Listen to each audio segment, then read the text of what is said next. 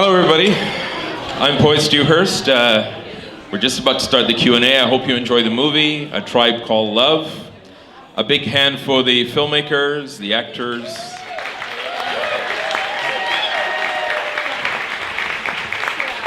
I was fortunate to see this film at the Real World Film Festival a few months ago, and the audience reaction was phenomenal. And it went on to win the Audience Award at Real World Film Festival. So I'm very pleased to welcome our guests today at the Fox Theatre, producer Andy Marshall. Woo!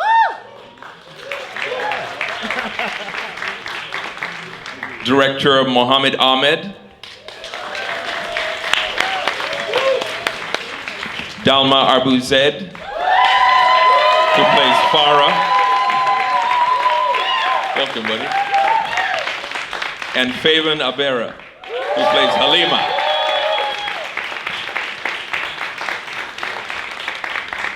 Please have a seat. There's a line that sticks with me. It's crazy we haven't talked in 10 years, but I've loved you for 1,000. I love the way that, for some reason, that's the line that sticks with me the most in the whole movie. I love the way that you didn't oversell that line. Usually in a love story, there'd be a big close-up, and they'd be kissing in the rain, and they'd be running in the rain, and it was like a throwaway line that you directed in a very surprising way, and it was acted in a very surprising way. Working with first-time actors, as well as experienced actors, maybe speak about how you had to maneuver around that. I mean, you have Dalmar, who's very experienced. He's worked with Degrassi and many shows. And then you have the younger actors who had no experience at all. Maybe speak about how you had to adjust your approach when dealing with different folks. Casting was probably the hardest aspect in this film. Because in order to stay true to the story, you have to have people from the community, right? And with the Somali community, there's not a lot of actors. So we went to community centers, we went to schools, we went to where the community was to find the actors. And the older ones, that was really easy because they're so talented, and then I'm just thankful that they came on board. All of the second half of the movie, those are like seasoned actors who've been in the industry, won awards, and what we did with the first-time actors is we put them through an acting course, right, before the movie, just so that they can get used to it. And also, these guys helped them a lot on set, giving them pointers and stuff like that. So they actually became like a family, and yeah, the younger cast were on set every day, even when they weren't working. So yeah, they loved it. Well, that's a good question. I was wondering about the both Dalmar and Faeven.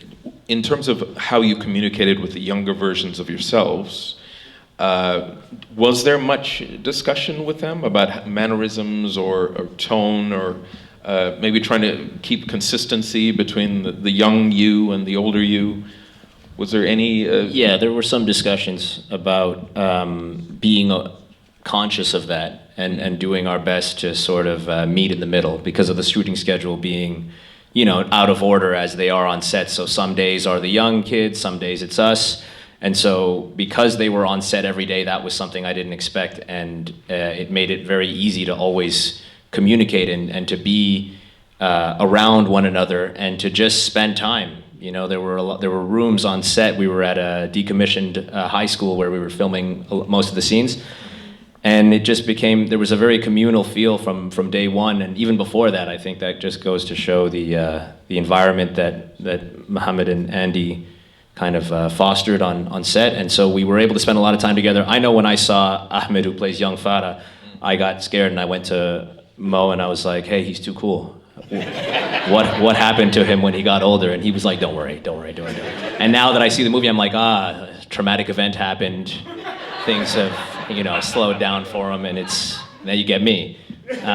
So there were but they were brilliant. They were really incredible. As I keep watching more and more times the film, I'm just amazed by the intuition that a lot of them have. I think that's something that speaks to them knowing their own stories in a way that no one else can, and them just being given the chance to shine and stepping into their gifts. So yeah, we were all, having conversations, watching each other on set. I know that Ahmed was watching me when we would do scenes, and I would watch him as well and try to just see what, we could kind of learn through like osmosis, learn as far as like trying to meet the character in the middle in a sense. So I definitely had some thought about it. How about you, Faeven? The first time I met all the younger cast, it was we were at it was Istar. Yeah, we were at Istar, and it was like a meet and greet, the whole cast. And that was the first time I met Muntaha, who was going to play the younger Halima, and her and younger Munna, who's actually, their name is also Munna, sat down with me, and they were like, okay, like my worry is that I don't want to like act bad. I don't want to be like those like weird TikTok videos when they're like doing weird reenactments. Like, how do I?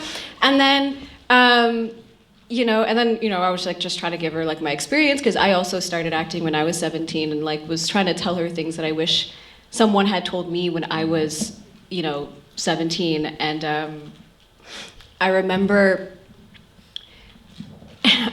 when we were like just trying to get to know each other, casting's impeccable. Like it was so crazy, because she was like, yeah, because like my favorite theater show is Cabaret. And I was like, I love Cabaret. And then she was like, what's your favorite band? And I was like this. And she's like, that's my favorite band too. And then so we realized we actually had a lot in common. So to kind of have that like transition of having a bit of, we could just put ourselves in the character, and it transitioned seamlessly because we already had so much in common. So yeah. Well, for all three of you, as immigrants, everybody here comes from an immigrant community. There's certain expectations that our community expects to see on screen of ourselves. From a directing standpoint, were you a little concerned about that? More concerned about how your family would react, for example? I mean, you mentioned Scott Pilgrim as an influence. We'll talk about that in a minute. But in terms of, were you concerned that maybe they wouldn't understand the storytelling style or anything like that? No, not really. I wanted this film to break barriers, right? And in order to do that, you got to knock down the old world. And like in my community, there's not a lot of PDA like affection or anything like that. And like just to have this kiss in this movie, it's like that's a big deal in my community, And I knew that. And I knew it was going to be a controversial topic and people were going to talk about it. But it's something that, because it's a universal theme about love, right? Mm-hmm. So I wanted that to overcome anything and everything. But you also had a short film about love many years ago. Was that right? Like 2011? That's right, yeah. So I love that you love love.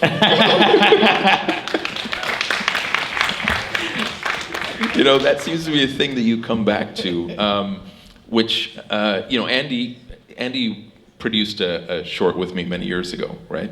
And we had those conversations maybe 15 years ago or so. But how was it working with Andy? Because he sort of kept me in check from sort of running maybe too wild as a director. How was it with him as a producer in the communication? Andy was an important part, especially in the script phase. He was the one that was like, listen, we can't have a love story without a kiss. All right, we need a kiss. All right, and just to have his impact in it, and just seeing the whole tribal aspect to it, and Andy being like, I never knew this existed, never knew this was around, and just to have that and leave that in the script was very important. Nice. There's I want to touch on the Scott Pilgrim aspect of it. So Scott Pilgrim comes out in 2010, and it's sort of a pseudo-Canadian movie. I mean, there's a debate as to whether it's Canadian or not. It is Canadian. It's mostly Canadian, right? Yeah. That obviously had a big impact on you 15 years ago, 16 years ago. Yeah. Right? Maybe speak about how Scott and Ramona's characters reflect Farah and Halima today? What you pulled from those characters? Yeah. If you guys haven't watched that movie, it's it's a great film, and yes, I definitely did take an aspect of it because it's a lighthearted film, right? Yeah. It's got the animation, it's got the video games to it, and that's what I wanted to do for the first half, just to show the younger Farah that his world is. He's a kid, you know, and kids have a very imaginative mind, and whenever they're excited or scared, they imagine stuff, and all that goes away when the shooting happens because trauma, gets involved, and when trauma gets involved, as you guys saw, that the second half of the movie was we changed the aspect ratio to 4:3, right, and that is because he's living in a closed world now, right. Because of the trauma that he went through in the shooting and stuff like that. And the same thing for Scott, right? So that's why. It's funny, you have Omar Abdi speaks Somali pretty much through the whole film, right? And that is incredibly brave, right? Because when Andy and I were coming up, you would never see that, right? I mean, the producers wouldn't allow it, the funders wouldn't allow it, right? You have him speaking Somali through the whole film. And somebody would have said in 2005, no, we want to make sure the Canadian audience understands it or something, right? So maybe speak about the sort of guts it takes to say, no, I want him to speak Somali through the whole film. I never got any pushback. I didn't even know about that. Like being a diaspora generation, that's how it is at home, right? Our parents only speak in Somali, and we speak to them back in English, right? And that's how just it is, and that's why I wanted to keep it in there. It's like to stay true to the story, it had to be this way. So yeah. Can I say something to that? Sure. Yeah, just to say something to that, there's been an incredible amount of work that's been done since 2005 to allow the funders in particular to understand that we can put films up there in languages outside of French and English because of the makeup of Canadians. I have to give credit, a shout out to Deepa Mehta when she was making Water. Shot in India, and she really fought for having that language, I think it's the Hindi language, be a part of the film. And now Telefilm can fund films that are outside of French and English, and it's not a problem anymore. So yeah, absolutely go for authenticity. That's the big thing, and no pushback whatsoever. Thank you. This, again, with Mohamed, I want to sort of stick on this. I noticed that there's a balance that you try to keep with, yes, certainly there's violence, but you also show community development, right? There's the chess playing, there's the speaking about the after-school specials and things like that. How important was it for you to show, it's not just all negativity? I'm glad that you caught that, because tribalism, when it first started, it was a good thing. It was a communal thing. It was a protector. It was a sense of government, right? And everything was good, right? Until we messed it up, and the shooting happens and stuff like that. And the second half of the movie, it's the tribalism that we're living in now, which is the divisionness of it. So that's why. So that's what's important to you. That's something you try to maintain. 100%. There's almost like a dreamlike kind of quality to it. I think about, I forget where it is. I think about maybe 30 minutes in.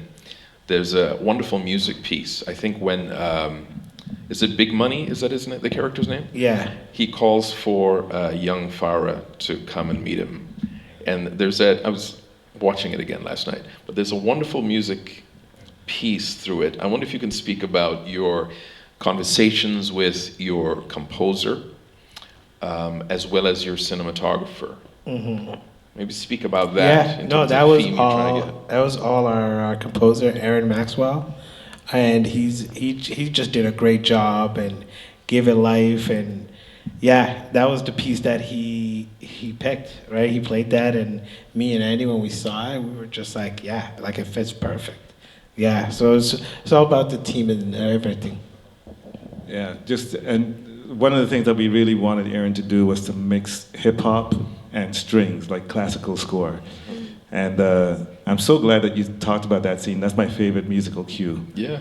Right, when they're going in, it's like, I want to hear that on some sort of recording that's on the Billboard charts, because I get hyped when I hear that. So, yeah, that was the plan there.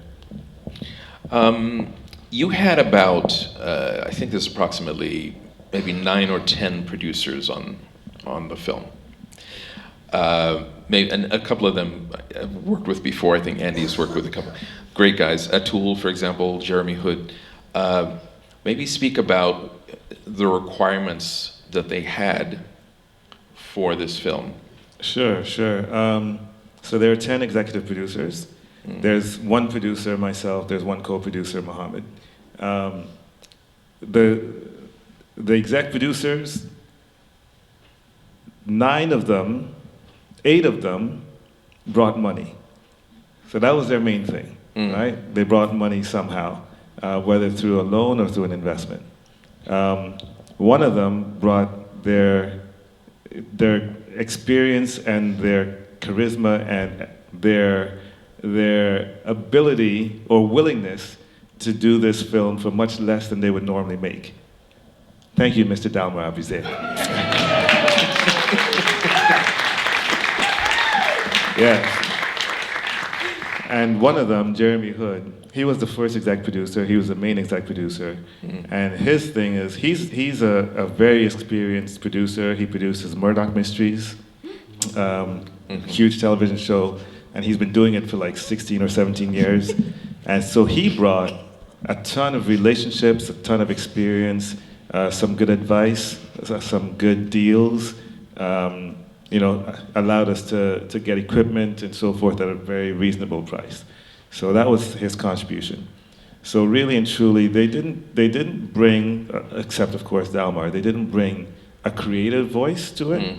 Those are much more about getting the film made, getting it done through deals, through money, through relationships and equipment. Creatively, it was all about Mohamed and myself helping him as well. You know, it's funny, there's a few years ago I had said that we, in terms of black filmmaking in Canada, there's a sort of historically, there's been a sort of a cautiousness, mainly because there have been historically so few black feature films that I think once we get up to bat, it's almost, this is sort of a safe approach to the film. And I remember saying it would take us about maybe 5 years before we just lost all that stuff. It happened a lot sooner with this. Like you, just in the film, there's a self-assuredness, there's a confidence, it almost seems like you don't care about how anybody will take anything, which is, I respect a lot. Maybe you could speak about that, and we touched on about it a little earlier. Maybe speak about the confidence that you bring to making a film like this. I have a comment about that, but let's hear what you say first. Honestly, the confidence comes from the support, right? When we wrote the script, we sent just a cold email to Mongrel with the script, and they got back to us right away, and they were like, this is really interesting, and they came on board, and once they came on board, it was a lot easier for everyone else to come on board. So just that confidence, and having Jeremy Hood and having Dalmar come on board, it was just like, I was like, this is it. Like, this is very confident, you know what I mean? So it was really great. And I didn't feel anything at all, and it was just awesome for me, so. Yeah, I wanted to talk on this a little bit because I love a couple of things. So first of all, thank you for mentioning Mongrel. Shout out to Mongrel Media. They're like one of the best, if not the best distributor in Canada.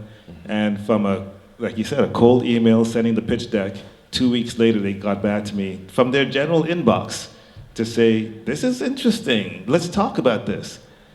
Almost never happens. So that was amazing, and I think that's a testament to what you put down, you know? Yeah. Well done, man. But I also want to say that we just had a fearless approach from the very beginning. We got Dalmar like 2 years before we started shooting because we went to see Dixon Road, which was a play at Shakespeare in the Park, right? And we saw Dalmar was there, right? And it's like, we got to meet Dalmar. He's the guy that we want to do this, right? And that's when we first talked to you about this. So we introduced ourselves, talked to him, and stayed in touch, and that happened, you know? In the film, if the cinephiles out there might notice there's like 5 different mediums happening in the film, right? We shot in RE35, so it's digital 16:9, then we went to 4:3, then we shot Bolex for their big date scene, and we shot Betacam for the news reporter, then there's animation happening. A couple people are like, too much media, too much differences. And I talked to Mohamed about that. He said, no, this is what I want to do. This is how I feel about it. You know, and so it's like, yeah. And now we had one reviewer say, it's such an original and refreshing take in Romeo and Juliet because of all that stuff. Yeah. So just go do what you need to do, man. That's just right. Make it happen. Well done, man. So going to Dalmar and Faeven, when they approached you, what was your impression? They didn't have a lot of experience as a director. Was that a concern? And what kind of sold you on his vision, on Mohamed's vision, both of you? Were you worried? You're like, I don't know, this guy's going to mess it up. I don't know. I was curious, like, I actually had been in touch with Mohamed over the years because you had sent me another script at one point as well. And I kind of connected the dots, and that went a long way to like calming any doubts that I might have had, you know, early on as far as just meeting you. And then I think in the end, what was so important to this story was that he was telling it. I, you know, have played Somali in the past, like, because I am half Somali and I'm half Sudanese. I've played Somali in the past, and I've seen the result of feeling, in terms of the audience, that I misrepresented the community. And that, you know, kind of hurts, but it makes sense. You know, you tell stories and you want to be as informed as you can, but if, you know, it doesn't land with the community, you know, you got to kind of readjust. And in a way, I guess, when I saw this movie come up, I thought, okay, here's a side of my heritage that I don't know, you know, and from the start I was honest with Mohamed as far as like, this would be for me something that I can, you know, I can use it as an opportunity to learn about this side of me that I don't know very well. So I had concerns. I brought them up with Mohamed. He talked to me and let me know that, you know, it could work. And I realized, like, yeah, I just feel like I was part of making this story. You know, this story was incredible, and seeing the people from the community cast in the roles as well, and it coming from his mind, and having someone like Andy who would support him along the way meant that, you know, his vision could kind of be seen through, you know, in the film. And so it makes a difference on set. It makes a difference in the atmosphere, and when I think of like all the people that came together to make this story, I'm just like so proud that I could be a part of that. And if I had kind of let that pass me by, as sometimes I can think myself out of things, I would have regretted that. So I'm kind of glad to be here, and I'm proud of what we made, and yeah, that was kind of how I, you know, it felt like it was touching something deeper in me than a lot of the roles that I usually do. Same thing with Faeven. When you were approached, your feelings about it. I mean, you had credits under your belt, and you had been working in the industry for some years, both initially as a model, and then you started doing shows. Were you a little worried about a first-time director, and what sold you? I'm always curious to know that. There has to be something that made you go, oh yeah, this guy knows what he's doing. I should definitely do this. Actually, the first time I ever heard about this project was also me having to enact a bit of confidence. So how I got onto this project was actually through Andy. I was meeting a friend who was a new connect, and he invited me to the TIFF Top 10 when Brother was screening. So that must have been in like 2022. So at that point, I had worked a little bit, but my career was still kind of still going. So at that point, I had never worked on a feature or never had like a big role in any kind of way. And so I was there, and I do photography. I've actually worked with 35 millimeters since I was 18. Actually, Abdullah, he's using my flash right now for his on his camera right now. And I brought my camera with me because I wanted to take pictures, and I had some friends who were also at the TIFF Top 10 who I knew were going to be there, and I wanted to take pictures of everyone. So I had my little film camera with me, and I was taking pictures. And at the end, when everyone was kind of going up to watch the screening of Brother, it was just me and a small group of people, and I started talking to Andy, and Andy and I started, just getting to know each other and meeting. And then he asks me, he was like, what do you want to do? Like, what are your future goals and stuff? And, as a young person, you're kind of always taught to be humble about what you want. And at that point, I kind of just went, actually, I think I want to book my first feature film. I think that's what I want.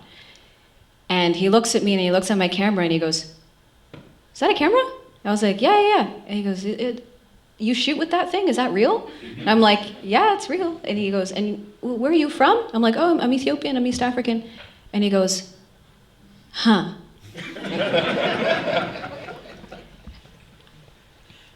Get my contact, I might have something for you. And then we exchanged context, and then you told me that you had this movie that was coming out called Tribe Called Love, and then I met, like a week later or whatever, I met Mohamed and Mo for coffee, and then we talked about the role, and we talked about the thing, and I was actively going through my own experience with tribalism at the time, because there was a war going on.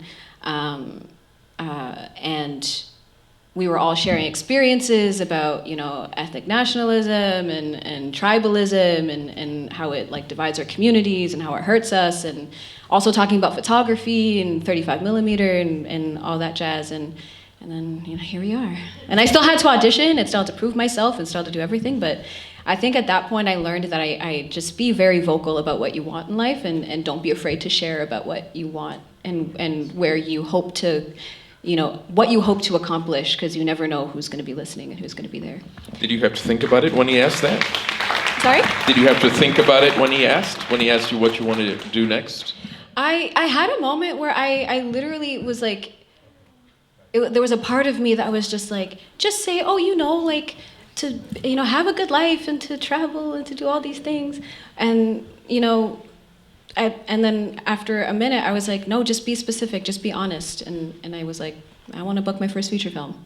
And it actually I ended up actually booking another feature film before this, so it actually, a weird way, still ended up, being vocal about it still ended up, put me in this space of confidence, but yeah. Cool. Yeah. Well, we're going to open the floor to questions. Big hand for the cast and crew. How many? We're out of time. Okay. We're not going to open the floor to questions. No. But you can probably meet them in the lobby and ask questions. Yeah. So thank you, everyone. And a big hand for everyone here. Thanks so much.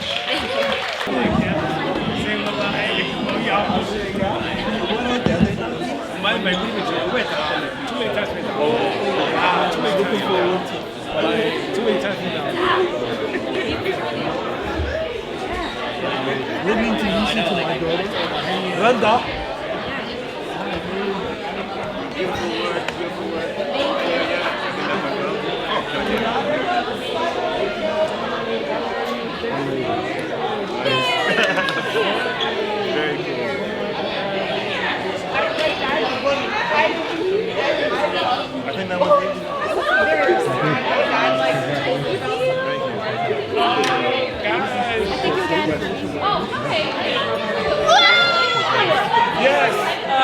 I'm just saying. Yes. I knew it was as always. Is this a thrift find? Is that a scarf? It's a thrift find. They're all thrift finds. The whole outfit. Wait. My husband. Want to take pictures? Okay, if we like grab pictures. Get in here. Okay.